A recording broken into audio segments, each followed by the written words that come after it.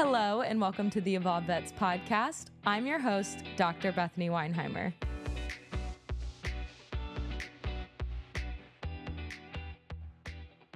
Hello, and welcome to the Evolve Vets podcast. I'm Dr. Bethany Weinheimer, and today we're sitting down with Mita Malhotra, who's the president of Chewy Pet Care. Mita has had this adventurous journey focusing on technology, customer experience, and really leaning into operational excellence. Back in 2018, you were able to launch the Chewy Pet Health Pharmacy and really just shoot Chewy off in the right direction according to pet care. Now you're leading a team that does telemedicine, wellness, and vet care. I can't wait to hear all about it as we dive in and learn a little bit more about your journey. Amazing. Thank you for having me, Bethany. Yes. So excited to be here on this podcast and look forward to chatting. Awesome. Thank you so much. All right. So I'm really interested in your path to healthcare. You've been at Amazon, Dell, and then somehow ended up here in the veterinary industry. And so I want to learn a little bit more. What drew you to veterinary medicine and what have you learned along the way? Yeah, that's such an interesting question. Thank you for asking that. I've had a fascinating, I would say, career, if I were to say that myself, and a very non-linear one.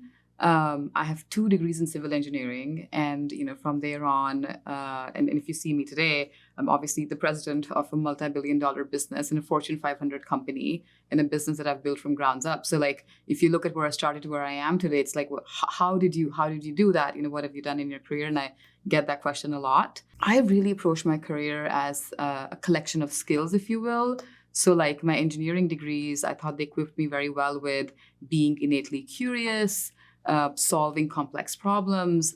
And once I had that, I was then like, well, what am I missing? Yeah. And I found myself, wanting to learn a lot about business, operations, finding to learn a lot about people leadership.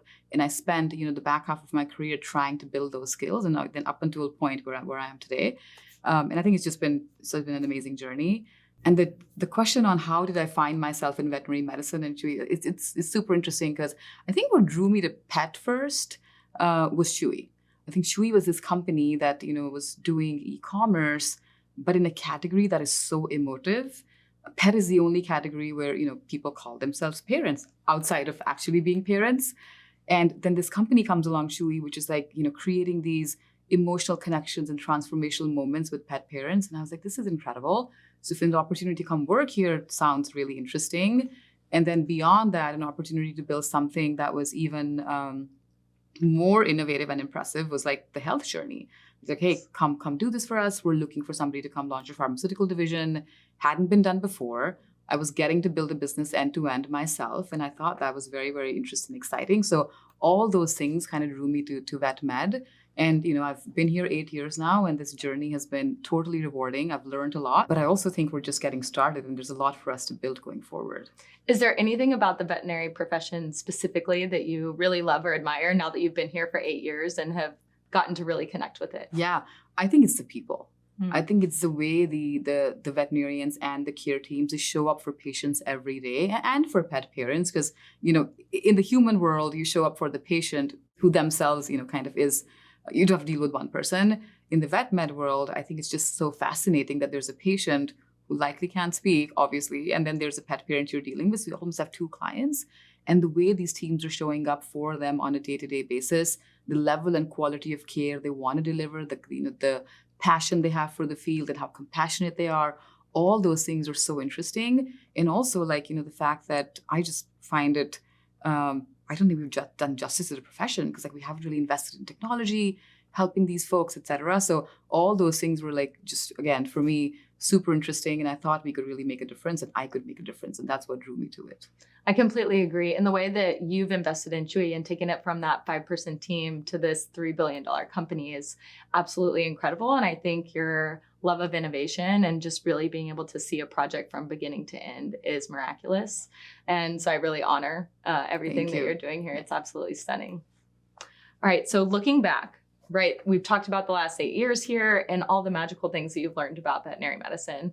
What are the biggest risks that you feel like you've taken here in this role and throughout your career? And then how's that changed how you show up as a leader today? Yeah, it's a great question. So, risk taking, I think, is part of building a strong career for anyone, right? And I've just been, fortunate, I guess, in my path that I've had the opportunity and mentorship to be able to identify what risks I should take, and then have taken them. And then on the other side, they've panned out for me, right? So I think the risk equation is a fascinating one for sure. Specifically in my career, I think I've taken two big ones. The first one was when I left engineering behind. I mean, my whole career is engineering. That means in civil engineering, right? So building, construction, buildings, 2 degrees in that. And I left that behind to go then find something in business, which I knew that I liked business and I wanted to go pursue it. I knew nothing about it. I had no training. I didn't know where to start. And then I was in Austin, Texas, actually, working for an engineering company. And the only other company there was Dell Computers. And I was like, you know what? Why don't I go learn business at Dell? They're there. They're massive, many different departments. Like, why? Maybe they'll take a chance on me, right? So I went and I talked to them, interviewed with them. And they basically were like, well, you have no experience. Okay, well, I knew that. But then I was like, okay, here's the things I do know and I do well. And here's some of the things that I can likely learn with you and for you. I'm really committed. And all said and done, they're like, fine, we'll give you a shot. But the shot we'll give you is going to be, you can come and run our manufacturing plants. They used to make servers and laptops back there in Austin, Texas. Wow. You're going to come make these for us. But it'll be night shift. Nobody wants that shift. It's like 4 p.m. to 4 a.m. You're going to be working. And oh, by the way, we work 7 days a week. And you won't likely have a weekend. Want the job? It's yours to have because you have no experience, right? Like that's the bet we're going to take on you. And I said yes. And it was a big risk. And I was like, you know what? It's a total loser move. Like sitting here like, oh, really? Like you're 21 years old. You're going to have no social life. You'll give up everything. But like I was, the beauty of it was, and what drew me to it was I'm going to learn business. I learned something that I don't know. I'll get in the door and then I can evolve from there. And, I just believed in myself and believed in what the opportunity presented. And that worked for me. So I think that risk paid off in my ability to actually get into the business world. So I think that was one big one. I think the second one I would say was when I joined Chewy. Because then, from Dell, I went to Amazon. And again, my career has been now building businesses from grounds up, leading big teams, sales and marketing. And then, along came Chewy. And they wanted me to join them and be like, hey, we want you to launch this, pharmaceutical division. I knew nothing about pet, knew nothing about animal health. And what the job would entail is to build something that was completely innovative, didn't exist in the industry, and, could have gone either way. So I think that was the other big risk I took. But I'm so glad I took these because now looking back, I think the difference Chewy is making in the animal health space and in the pet space is just incredible. So there have been, pretty rewarding journeys in my mind. To your second question on, hey, like, does it shape leadership? How does it shape leadership? Of course it does. I think every experience you have, sort of building your own career, learning from others, observing, has kind of an effect on the kind of leader you become. And I think risk-taking specifically for me, I think it's taught me 3 things, which I imbibe in my leadership style. I think one is to have courage. Mm-hmm. And that's what I tell my teams, right? So it's just because something is complicated, hasn't been done before, it does, seems daunting. Yes, it is daunting. It'll be hard, but it's not insurmountable, right? Have the conviction, pick up hard things and go do them. And we've done that really, really well at Chewy Health. So let's go do that. So be courageous is one. I think the second one I would is build good judgment, right? And good judgment comes from working hard, having a variety of experiences, and learning from those experiences and starting to identify patterns in decisions you're making, identify patterns in situations you're in.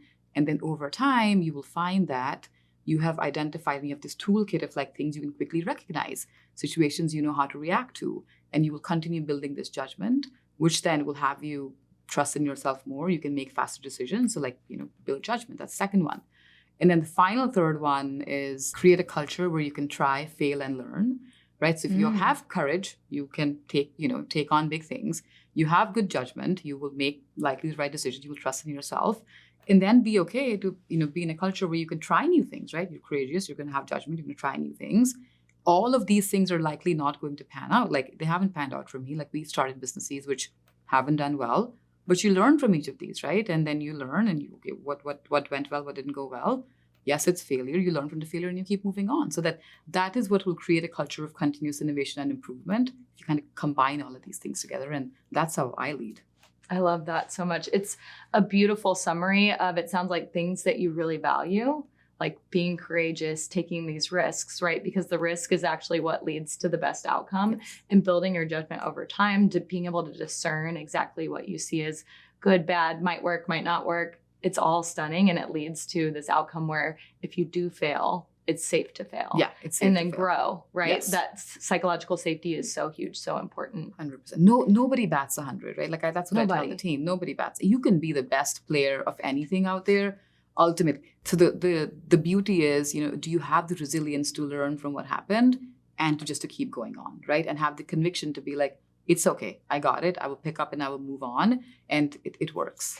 And side question to that, because veterinarians, what we see in coaching and honestly, our membership is the concept of veterinarians struggling with building that resiliency. There is a type A perfectionistic type mindset that comes with, being that person that makes all A's, gets good grades, goes to the best vet schools.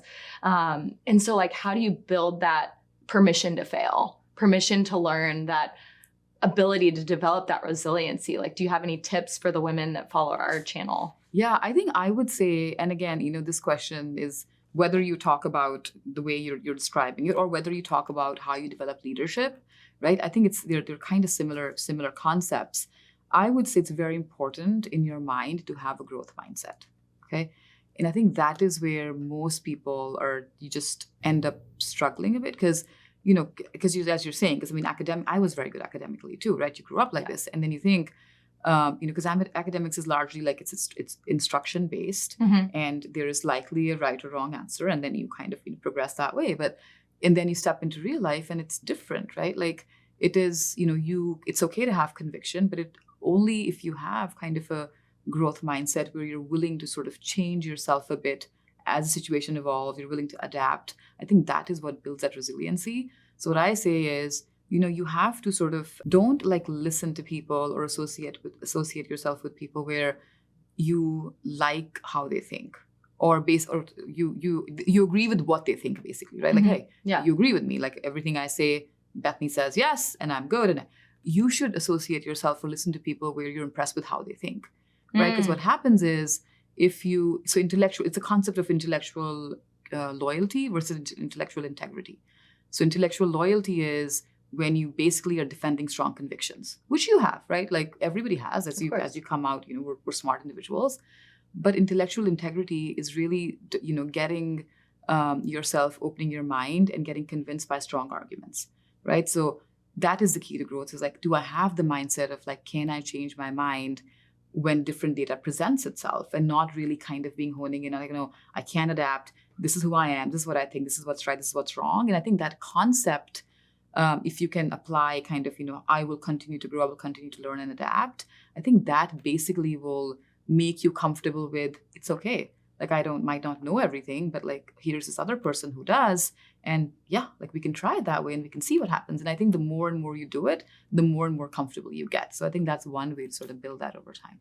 And they say the highest form of intelligence is being able to hold two opposing thoughts and then kind of make your decision from this neutral place. Right. And so I think that's the perfect description of it.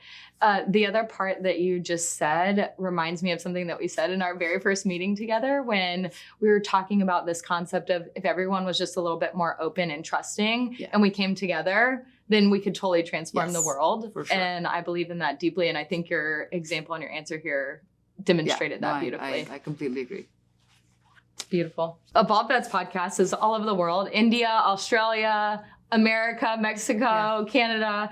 And you've also have a global view, right? Yes. You've lived in Austin, Seattle, California, Florida, all over the place. Yes. So can you tell me a little bit about how this has influenced how you build your teams and what practices and habits that you've instilled from this like worldview? Yeah. So I grew up in India. So most of my life has been, in India where I grew up. I moved to the States for my education, for my civil engineering degrees. And then since then, like you said, like I've moved around, many different places and many different companies, industries at this point.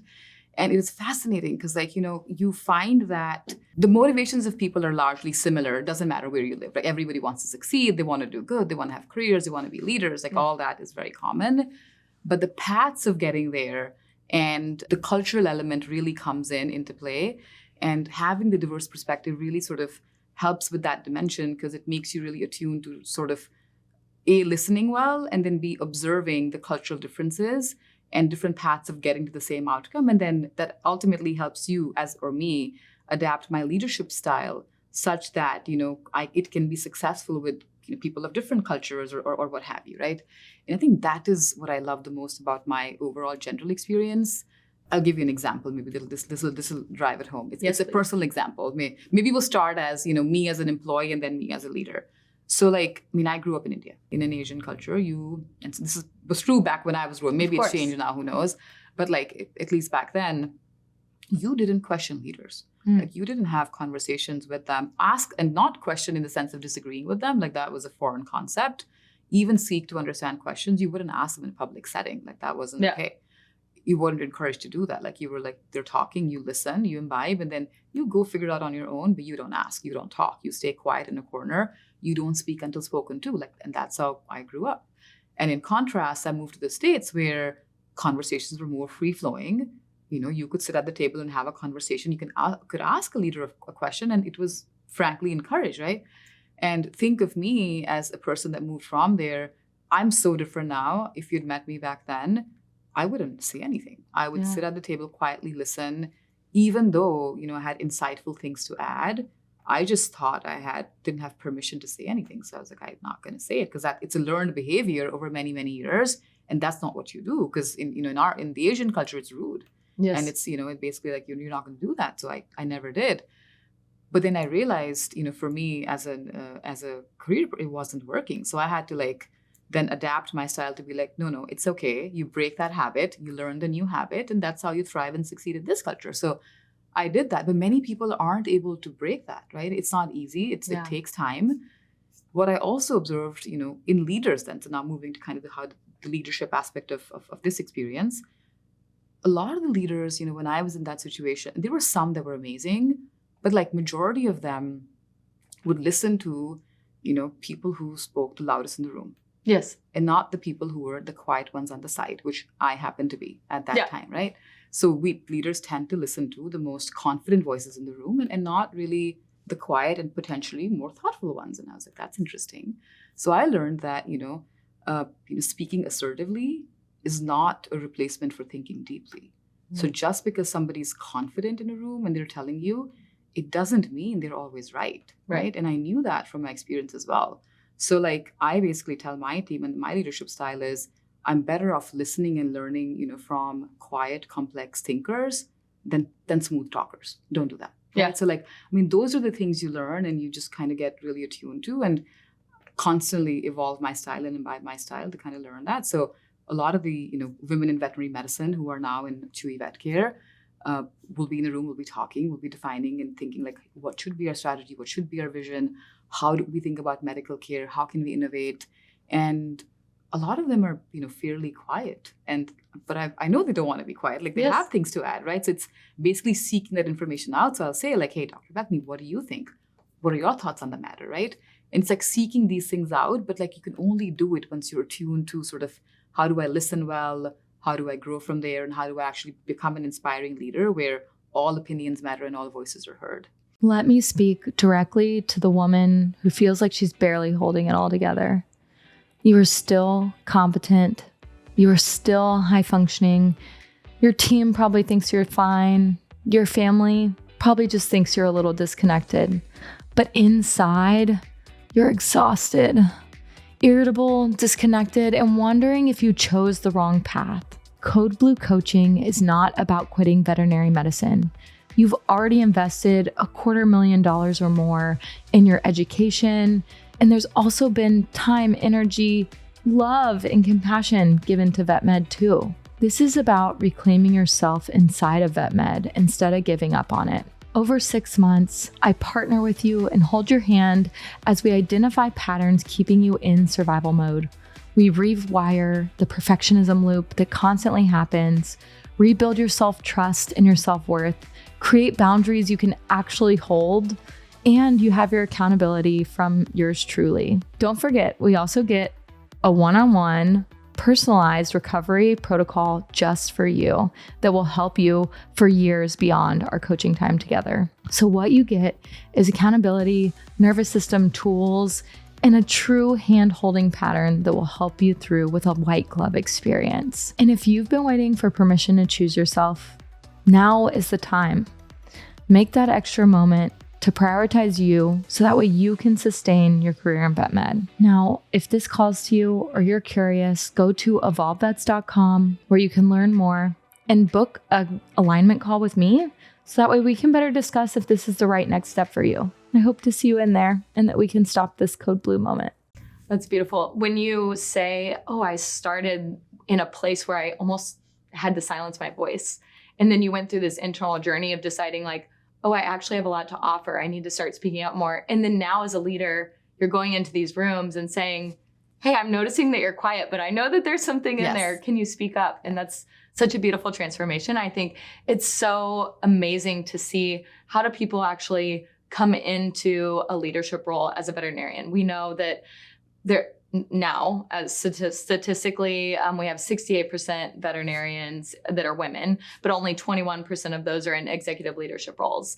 And oftentimes, as I'm coaching people and seeing them through this journey, a lot of it is like, how do I start to learn to speak up? How do I use my voice? That's a journey that I've been on too. You know, starting a podcast is one of the ways of sharing my voice, but there's also moments where it feels scary and intimidating. And I think for veterinarians out there who are interested in growing and learning, knowing that it's the inner journey that is actually the most important, because you have to show up and be confident with courage. As you said earlier, if you don't have the courage to do it anyway, then you're probably not going to move very far. So facing that, being open-minded is huge in this journey. And it's scary. Like I totally get it. I mean, it was scary for me. It's scary for, all, people in the workforce today, for young veterinary women who are just coming out of grads. Like it's not easy.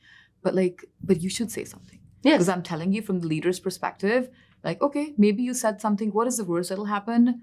Maybe somebody won't agree with you. Okay, doesn't matter. Okay. That's okay. We'll keep moving, right? Eventually you'll say something somebody will agree with and you'll feel good about yourself, right? So, but like that, your opinion is very, very valued. And only when you articulate it will somebody know it. And, I haven't, again, like my journey in my career, the leaders that I found that would listen to me, that sought out input from me, were few and far between, right? So it's unfortunate. I don't think there are many like that even today that will sit and be like, hey, tell me what you think. I agree. We still live in a world of, where confident voices matter most. I wish it was different. It's just not, but then that's okay. But then that, and then speak up. It's okay. And people who want to be leaders, one thing that you can easily do is start to voice your opinion more, even if it might be met with that conflict.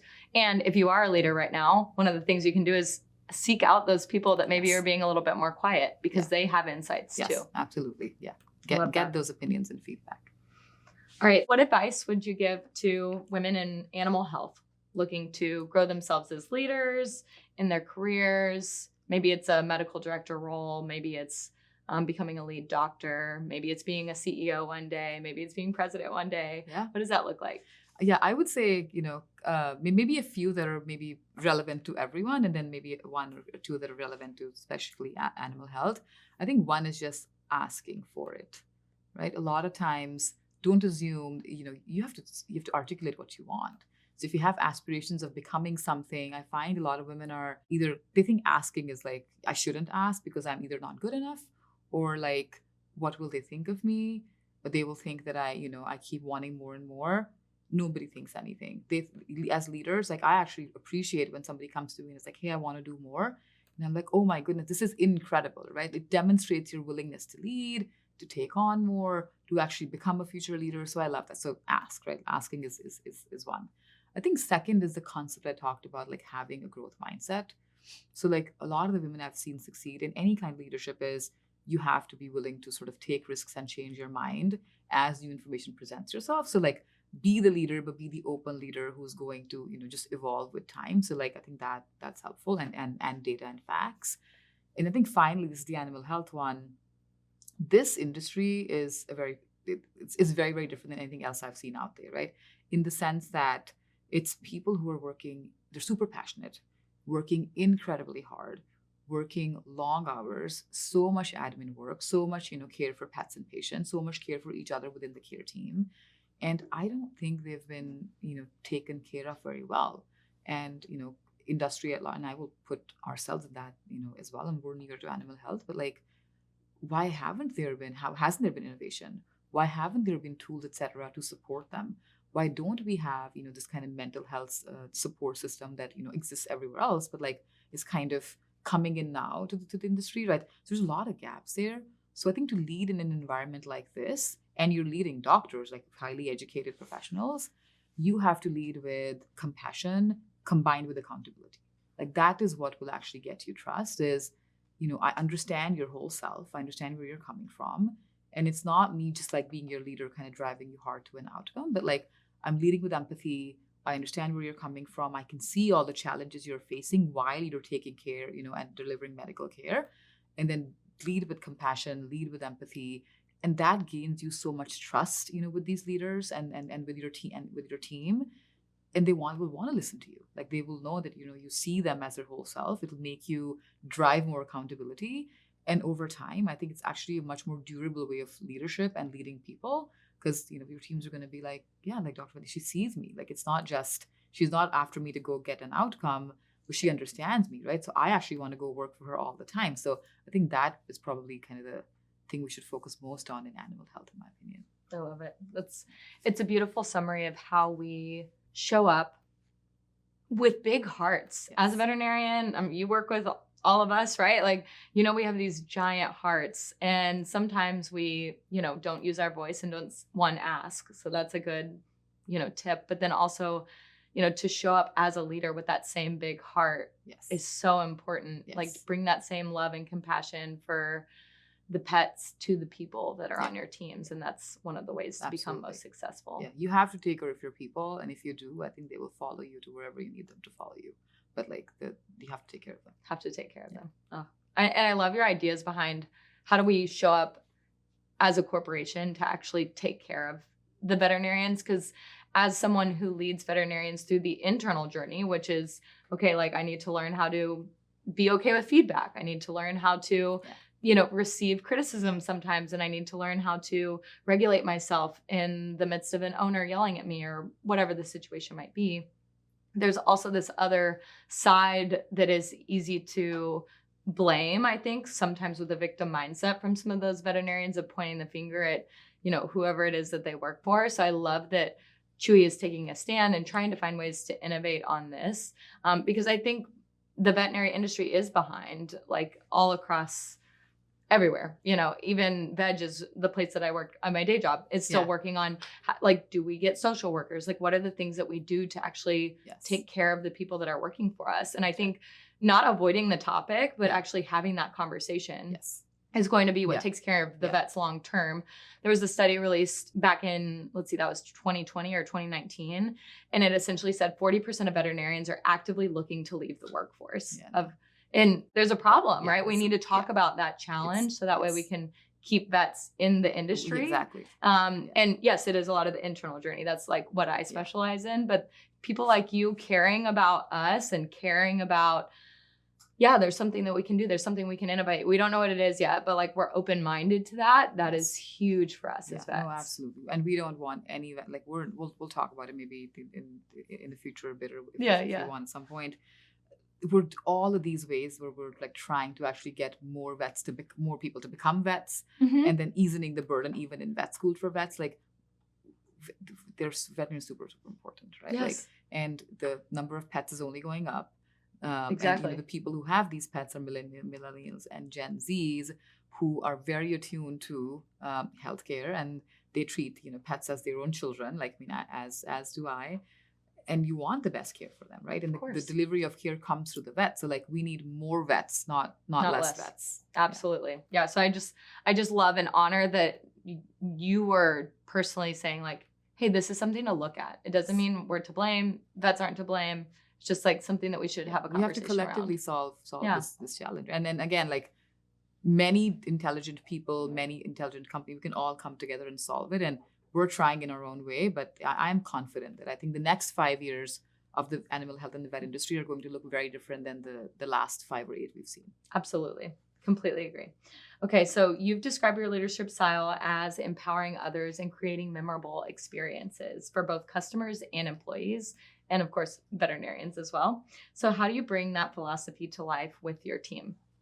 I think on the team front, it's more of the same, Dr. Bethany. It's like creating space to listen to them first, right? Yeah. So your values are heard. Your opinions are heard. We lead collectively with all of the same kind of shared mission and values. You have the space to talk to us, right? And again, expressing an opinion doesn't always mean it's going to be heard. So like the team also has to learn to be like, okay, well, I gave one and nobody listened to me. But like, as I was saying, eventually keep providing these, right? So just having the space to where people feel like they can share an opinion, they can share a point of view. I think that's sort of one. And then second is, as we continue to build these things, and the things that, we're building at Chewy Health, they're hard. Yeah. They haven't been done before. They're complicated. Some of them are brand new concepts. And, the team has to face a lot of the, you may hear a lot of no's before you hear a yes, right? And you may hear, a lot of, sometimes even criticism and cynicism, from the industry or other people, because these are brand new concepts. And so just to sort of keep the team motivated and, be like, okay, well, we should not get bogged down from these things, but then yet celebrate when we have wins. And the wins can be small or the wins can be big, right? So the win can be like we were talking about, just we were at VMX, the team that represented Chewy Health, on the booth floor, phenomenal. I mean, they're away from their families, they're working the weekend, they're telling the Chewy story, just like being there, shaking their hand, talking to them, hearing them talk, saying thank you. I mean, these are very small things, but they go such a long way in building that culture and memorable moment and lasting moments for the team members. It's like, oh my goodness, like Chewy cared enough to where, our CEO came down, our board members came down, and they talked to everybody. And it's just like, okay, well, this is great. Like, it's a company that cares. So I think that basically propels people on. It's so motivating for them. And so it could be a small example like that, or it could be an example where, unexpectedly we'll do something nice for someone. Another example is, as I was at VMX, I was hearing we have a brand new practice in Phoenix, and one of our doctors, Dr. Zetia, he's phenomenal. Last week had like 15 reviews from customers, all naming him as to how amazing he is, how incredible the care is. And like, this is amazing. So we're not, this podcast, this will be done by the time it releases. But like, we're going to do something for him. Surprise and delight. We're like, we should take the team on. We should do, it didn't just like, they're small gestures, but like, just to tell him that, you care and we care about you. So like, what you're doing it matters to us a lot. We're observing and it matters to customers. So like, I think those are the things that build memorable moments. It's just kind of a culture of like, how do we, and then it's not just me doing it. The team is empowered to do it, right? So if I'm not the one saying, let's go do something good for this, this doctor, or let's go. It's everybody in the organization is empowered to go do that. And then I think that is what builds a durable culture of like, we want to take care of each other as we continue to build and do these hard things. I love that, because it's really those small moments of just showing up and being present and connecting with people that really leads to developing this greater culture of connection, appreciation, and love and compassion that actually filters down to your customers, right? Yes. So it's like starts here, moves down, exactly. and just trickles down. It's like the pay it forward concept. Yeah. And then the trust, right? Like you need to be able to this is what I hear a lot. Like a lot of companies, and the vets have come from different companies, our teams have come from different companies. They'll come and be like, well, we've never like, oh, you're going to talk to us? Like, we've never actually had the president come talk to anybody at any of these companies. Like, they are, presidents are foreign concepts, or CEOs, they sit in their corporate office and they don't come down. I'm like, what are you talking about? Yeah. We like really have the concept of one team. I'm like, we work beyond titles. And for me to actually have your trust, of working beyond titles, I have to show up with you and for you. So whether it's like, okay, we're going to go stock shelves at a practice, or whether we're going to go help our pharmacy, technicians go fill out, bottles and dispense medication, whatever it is we need, we go do it, right? So I think that is really what builds a culture of kind of trust and camaraderie and then respect for each other. Oh, that's so beautiful. I love it so much. So we've talked a little bit about the journey of growth, going from that 5-person team to $3 billion team, which is just so exciting.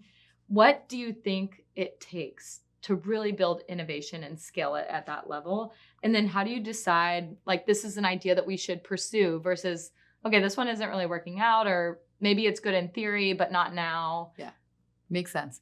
I think it starts with a clear vision. So you need to have a super clear vision of what you're building and where you're going. And then you have to follow it up with really disciplined execution, focused disciplined execution, and remove the distractions.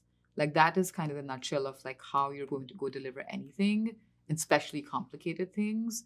So, how we make decisions here, anything that we're about to do, the first question we ask ourselves is it good for pets? And is it good for people who care for them, vets and the care teams? And if that answer is no, we don't even bother. Like, we're not going to pick that thing up, leave it alone. We'll chat about it later, or maybe we won't ever. So that's question one to answer. Then I think from there on, we look at all the insights we have. So on Chewy, we're fortunate to have 20 plus million customers on our platform. Yes. They give us feedback all the time through our, customer service agents or like through written things. So we take a lot of that. We derive insights from what we're seeing and customers are telling us. We then take those insights and then we go pair it up with insights we're getting from our frontline teams. So whether it's our, Chewy Vet Care in clinic teams, whether it's our telemedicine teams, we have a pretty big telemedicine workforce as well, or whether it is these 18,000 practices at large that are not Chewy practices, but we work with them through platforms like Practice Hub, et cetera. All of the people will give us feedback, right? And you pair it all up and say, okay, what are the biggest pain points? What insights can we identify? And frankly, like with all these, where can we be helpful? Like, what is our strength? Where can we show up? What can we do? How can we solve this problem? And then we'll take on those things. And then once we take something on, we basically get after like maniacally executing and very disciplined execution, remove the distractions, remain focused and go focus on your end goal and go deliver it. So we'll do that. I think also another thing is, how much getting comfortable with saying no. Because just because, we're saying yes to something, it means we've actually likely said no to many other things. And even along the way, as you're building and innovating at the scale and pace, you have to say no a lot, right? Otherwise, you'll just get distracted and we don't want that, right? So I think it's a combination of all of those things. Absolutely. Such a good summary. And then I'm curious, is there anything that you're super excited about on the innovation front right now? I think the what really excites me now is when we can talk a bit more about this as well, is Chewy Vet Care. Just the way, we are, it's brand new for us. We are less than 24 months into this journey. We have 17 practices. We're opening the 18th one in a couple of weeks. And I truly believe the way we have shown up for both customers and our care teams is resonating both with customers and the veterinarians. I think that the magic that we have within CVC, Chewy Vet Care, that is the one I'm really excited about, how we continue to scale that going forward. So I think that's one of the biggest things I'm really, really looking forward to this year and beyond. And then finally, I think we're doing so much in the veterinary space as well, with whether it's education, whether it's early pipeline development, whether it's like thought leadership, supporting, with mental health, et cetera, like those things, really sort of taking care of the people who are in the profession. You don't have to, be with Chewy or work at CVC or telemed, et cetera, for us to take care of you. So like building all of that at large, really taking care of the general vet population and building stuff for them. I think that's the second thing I'm really excited about. Oh, so exciting. I love it. If you love this podcast, you find yourself nodding along, thinking, this is exactly how I feel at work, and sometimes even outside of work, then I want to invite you to something even bigger. Come with me to the Evolve Vets membership. It's my online home and community for women in veterinary medicine who are done surviving and ready to start evolving. Inside the membership, you're going to find race-approved masterclasses, vet reset meditations, live monthly coaching with yours truly, and a community of women who actually get it. It's not toxic positivity. It's not just another membership you sign up for. It's learning how to manage your energy, protect your boundaries, and build a sustainable career in veterinary medicine. It's your choice to move from self-abandonment to self-devotion. And the truth is, you don't have to do it alone, my friend. Come evolve with us. What makes a truly 5-star experience, and how do you inspire your leaders to deliver that? Yeah, it's a fascinating question. So, Chewy was, the company Chewy basically was founded on the principle of wanting to deliver personalized care, but with the convenience of e-commerce. So like think of this e-com company that nobody had seen or heard, but yet like connecting with customers in such an emotional manner, and delivering experiences that people remember. Like, I don't know if you've heard about our pet portraits, or like us sending flowers, when a pet passed away and those things. And, those are the stories that people tell and they talk about. And I think that to me is a 5-star experience that Chewy was delivering. We then had to take that, for Chewy Vet Care and start delivering that in a physical setting. And, that to us was very daunting. Like, how are we going to do this How would we deliver it? How would the team be empowered? And what we wanted to do was, because customers at some point, Dr. Bethany, they don't care. Because as they walk in the door, even to a clinic, they see the name Chewy and they're like, oh, this is like Chewy. Like, this is what I expect of them. This is what the company does. So like, this might be a medical facility, but like, you're Chewy after all, right? So like, behave with me like Chewy. So that was kind of the thing we had to bridge. And, to me, a 5-star experience is one that leaves a memorable, lasting impression. Okay. How will something leave a memorable, lasting impression? It'll leave it when all of the people that interact with you or, whatever you're delivering, you have to go beyond what is expected state. Okay. You come in, I say hello, I do what I'm supposed to do. You walk out, you had a great experience, right? And you'll be fine. But it's not one that you're going to talk to people about. I didn't leave an impression. It wasn't memorable, right? So for you to actually have a memorable experience with me, I have to do something extraordinary. I have to do something that you will then want to go and talk about, right? So what we tell our teams within our clinics are, hey, it could be something, and I'll give you examples, but it could be something small or it could be something big. But your job is, as people come into the practice, everybody here needs to leave with a story to tell. And the story could be about their interaction with you. A story could be about the clinic itself. A story could be about the pet or the vet or something, right? So think about what is the story that they can tell when they walk out of here. And that is when you've delivered a lasting impression, because like that's ultimately the goal, right? Now, how do you get to this goal? How do you deliver this? What do you do? We train our teams to listen for cues, right? So as you kind of walk in or you're talking to them, interacting with them, you won't even know, but that's what they're doing. They're observing, they're listening, right? And then we give them empowerment on the other side to be like, now with these cues, you are fully empowered to go take whatever action you deem necessary to make it memorable for the customer, right? And you don't need permission, never need permission. Of course, we understand it will likely sometimes will cost money. Sometimes it doesn't, sometimes it does. Totally fine. When you're taking care of the customer, you don't need permission. You don't need to ask anybody. Do the right thing and be, just lead with the goal of memorable, lasting impression. And when you do that, that will create something really magical and it'll deliver a 5-star experience. And, examples are, I'll give you 2, which are, I think are very interesting in a clinical setting. So this customer came in, a lady with a daughter, obviously with their dog, wanting to, see one of our vets. And, the daughter was small, like I think 6-7-year-old girl sitting with mommy and, in the waiting room. And our concierges are very, they see it's a child, they're talking to her, they're engaging with her, asking, hey, would you like something to drink? Asking the mother, the mom's having coffee and the child's like, well, I want coffee too. And, the mom's like, okay, well, I guess you can have a coffee. And, my concierge, she went in and Elizabeth is our concierge's name. She went, Elizabeth brings her coffee.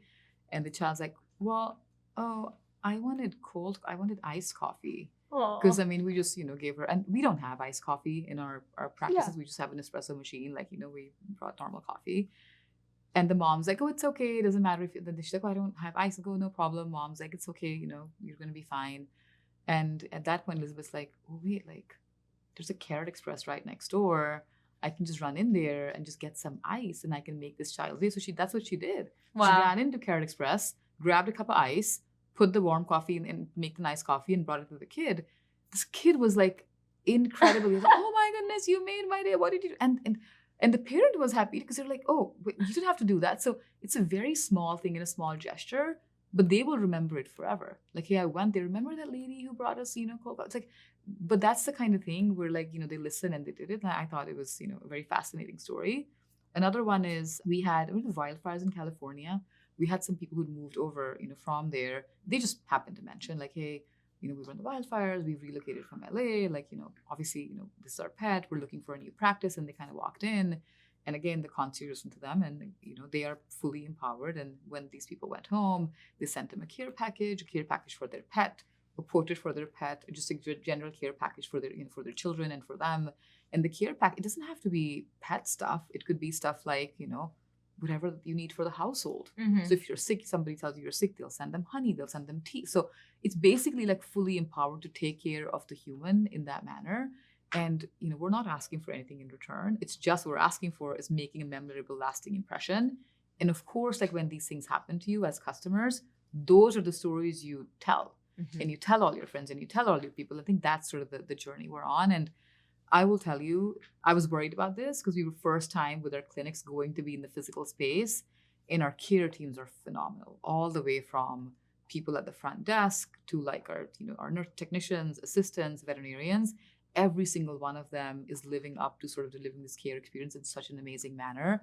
And it's really heartwarming to see. Oh, that's beautiful. And it's almost this theme of giving the autonomy, the trust to actually allow them to deliver not only the attentiveness that it takes to catch it, but then the autonomy to actually execute on the other side. Make the decision and go do right. Just for go the do customer. it. Yeah. Everybody, all of us know what right and wrong look. You just have to put yourself in the other person's shoes to be like, okay, yeah, this is the right thing to do. Then go do it. And I think that automatically works. And you're trusting that ability to build their judgment too, which you talked about earlier, which is so perfect. This concept reminds me of a book called Unreasonable Hospitality. Yes. And we practice a little bit of that at Veg too. Yes. And it's incredible to see how it transforms someone's experience, whether it's, as simple as a iced coffee. It's a beautiful example. Way to go, Elizabeth. Yeah. She's we incredible. Love that. She's still with us. Okay. Chewy Health isn't just focused on pet parents. You've also made significant investments in supporting the veterinary profession as a whole. In what ways is Chewy working to strengthen and sustain our industry? Yes. So I think, as I was saying, we want to help and we want to innovate for the vet profession at large, right? We don't want to have this concept of like, hey, if you're part of Chewy ecosystem, it's going to be great for you. And then the rest of the industry, we care about every single vet out there. I care about every single technician out there. And we want to make sure that, we're doing everything in our power and as much of impact we can have to sort of lift the profession and innovate on their behalf. I think a few things that we're doing is maybe the first one, which stuff that we're generally good at, technology. So we're building technology solutions for the industry. We have platforms like Practice Hub, which we basically provide to all of the veterinarians out there that allow them to access all of the things Chewy is doing and building, whether it's Chewy Pharmacy, whether it's PetMD, all these things that are helpful to you as you're generally practicing or helpful to your customers. Like we're doing that and we provide that to them free of cost. But I think that's kind of one thing we're doing. But we're good at technology, so fine. Like people are like, yeah, this is what you do, so you're fine. But then the other things which we're learning and we're now starting to ramp efforts on are stuff around education and mentorship. So we have this program that we launched with partnership with AAVMC. It's called Chewy Vet Leaders Program.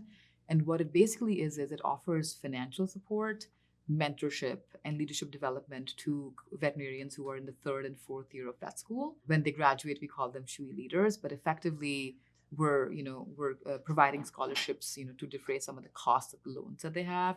But in addition, we're giving them mentorship opportunities. So once they graduate from vet school and you're out in the world, you don't feel like you're by yourself, right? You are paired with, we're doing this with mentor vet, you're paired with like a mentor veterinarian who's going to be working with you and sort of shepherd you along as you get into this career journey. And then also offering them leadership development, right? Like we have built leaders, we continue to build leaders, obviously in veterinary medicine, other disciplines as well. So how can Chewy help in that dimension? How can we go in? How can we make a difference? We have 30 graduates now. We've already invested over $1 million in this program already. We're going to have 15 more coming along now. And that's so exciting. I'm just looking forward to having more and more of these Chewy leaders graduate. And we're asking for nothing in return, right? This is not a, hey, do this and then you have to come work at nothing. Come work at Chewy, none of that. Yeah. We're doing it because we really care about the profession and want to continue building it, right? So like that's one program I'm really, really proud of. Another one we're doing is just early pipeline development. So, as we mentioned, we need more vets, not less. Yes. There's continues to be a rising need for them. We just partnered with Lincoln Memorial University. We're giving them $1 million donation. They're building a new vet school and they're going to be building an applied learning center in there. That's what we gave them the donation for. And within this applied learning center, the vets will get hands-on experience while they're studying with pets. So it's shelter pets are going to come there. They're going to be able to do all of the things they need to do. So when they do graduate, you come out with some clinical hands-on skills and it's not just reliant on an externship, et cetera. Like your university can have that for you, right? So I think that's the other thing we're really excited about. Thought leadership, we just recently ventured into that. We published our first report with Harbury. It's called The Bond Factor. I don't know if you've read it. And, we're getting, Harbury's amazing to work with. And we've gotten a lot of feedback from the industry and the team like, hey, we love it. We're using it. The insights are really impactful. And this doesn't exist elsewhere. So we're excited about that and just kind of continuing to invest in that space. So a lot of these kind of concepts you'll see us, continue to embed and work with in the future. I love it so much. Just seeing, it's almost like y'all are taking every step of the veterinary journey and really just pouring into it, whether it's at your vet leaders program or at a schooling perspective, like really investing in the education piece, and thought leadership is huge. So I love that y'all are getting plugged into that too. If there was somebody who wanted to apply for the vet leaders program, how would they do that? Yeah. So we're in 15 schools now. We should share with you the list of schools. Maybe we can provide that over. Yeah, and we want to continue expanding. You basically, the deans of the schools have to nominate them. So the deans nominate you. Then the AAVMC, we're partnering with them. They then select through these applications that come in through the deans, and they pick the program owners or whoever gets the scholarship, and we go from there. You can also apply at the AAVMC scholarships page. There's a link there for the Chewy Veterinary Leaders Program, and all the information is listed there as well. Perfect. And we can link that in the show notes for anyone who's interested in applying. That's amazing. Perfect. All right. So now I just want to do a little get to know you sesh. Okay, At the Evolve Vets, we really focus on authenticity and getting to know each other, because all women vet leaders are special, unique, and just want to get to know you a little bit more. So tell me a little bit about who inspires you. Oh my goodness, my mom. Oh. I been very fortunate to have a mother. My mom's she's a human doctor. She's a leading child psychiatrist in the world. Wow. And I've just grown up in basically looking at her, sort of building her career. She delivered medical care because she had a very thriving clinical practice alongside doing medical research, teaching students. She was the dean of the university while she was also doing clinical practice. Wow. Speaking at conferences, writing books, and that's always been kind of me observing her. So like at a very young age, I was looking at her doing all these things, and I think by the time I was like 8 or 9, you then start realizing like, oh, this is great. Like mom goes to work, and you see her, and then you see her speak, and then you learn. And I think she has always been an inspiration for me as to how she built her career and managed her home life. It's me and my brother, so like just doing that while doing all of these things, and I think it's just been very, very fascinating. And I really hope that I can be half the person she is as I continue to grow in mine. Oh, so beautiful. I love it when parents can be a true model for, Yes. how we want to live our lives. I have the same feelings about my dad. He's amazing. So at Evolve Vets, we commonly talk about living aligned with your authentic values. So the things that you care about most. And often that looks like doing things you love outside of work. So tell me a little bit about, what do you like to do outside of work? I like to eat a lot. I'm a big foodie. Oh, So I I'm a food. foodie too. I will go seek out restaurants wherever I live, anywhere and everywhere, and I'll drive distances to go find food. So love food, love to travel. Don't get to do it as much. Just work and home stuff keeps you kind of anchored down a bit. But like once a year, I'll go try make a trip and go do that. And then spending time with my 10-year-old daughter because she's growing up too fast. But those are memorable moments, and it just kind of keeps me going. Oh, I love those so much. It's good that you can center around family, travel, all the things outside of work. So then when you come back here, you're fulfilled and ready to go. Are you reading anything fun these days? I am reading. I'm reading Poor Charlie's Almanac. Any one takeaway from the book that you love so far? I think they talk a lot about just like how to hire well, and I think my biggest takeaway is they talk a lot about integrity, intelligence, and passion. And I mean, Warren Buffett says this too, but like it's interesting because they'll tell you hire for integrity, intelligence, and passion. But if the people don't have the first one, the other two will kill you. So you have to make sure integrity is really valuable, in the way you build teams and you bring people on. So I thought that's really interesting. Yeah, that is such a cool leadership tip. What are you looking most forward to this year? Oh, I'm really looking forward to just continuing to do our work in the profession. We're building a lot, of course, customer facing, but really I think what I'm passionate about is how do we strengthen the veterinary community? How do we make sure that this journey that we're on, we're early in this journey of really taking care of the people behind the pets, the care teams? How do we continue building on this mission? And I hope that by the end of this year, when we look back or next year, we're like, yes, like people are noticing, we're making a difference. The industry at large is kind of, evolving and we're helpful. I think that would be a win for us. Couldn't agree more.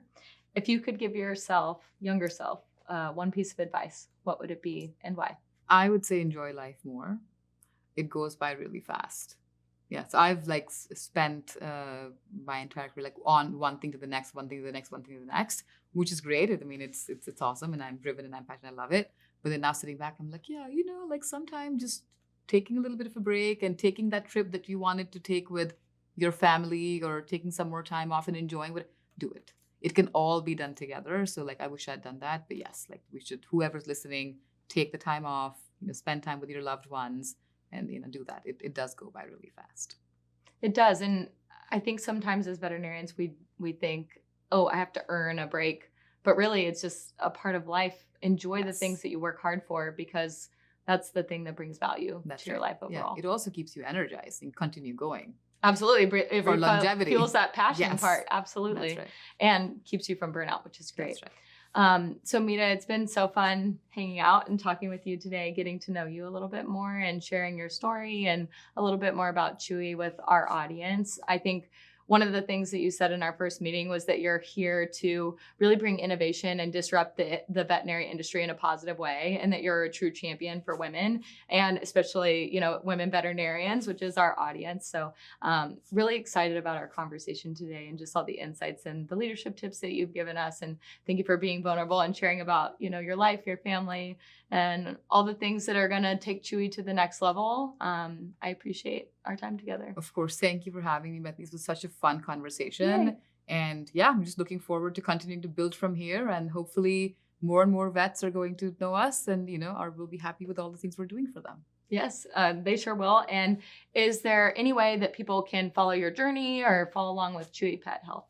I think the best way is you can follow me on LinkedIn. Chewy Health has a LinkedIn page. We have an Instagram page. You can follow all of those, and then all of the things that we do are going to be published there. So that's a good way of sort of keeping up with everything we're up to. Awesome. Mita, thanks so much for being here with us today. I had the best time. And together, let's stop revolving and start evolving. Bye. Bye. Thank you so much for listening to the Evolve Vets podcast. It truly means the world to me. If this episode supported you or sparked something new in you, please go to evolvevets.com to become a member or join our coaching program and truly continue this work beyond the podcast. Let's evolve together.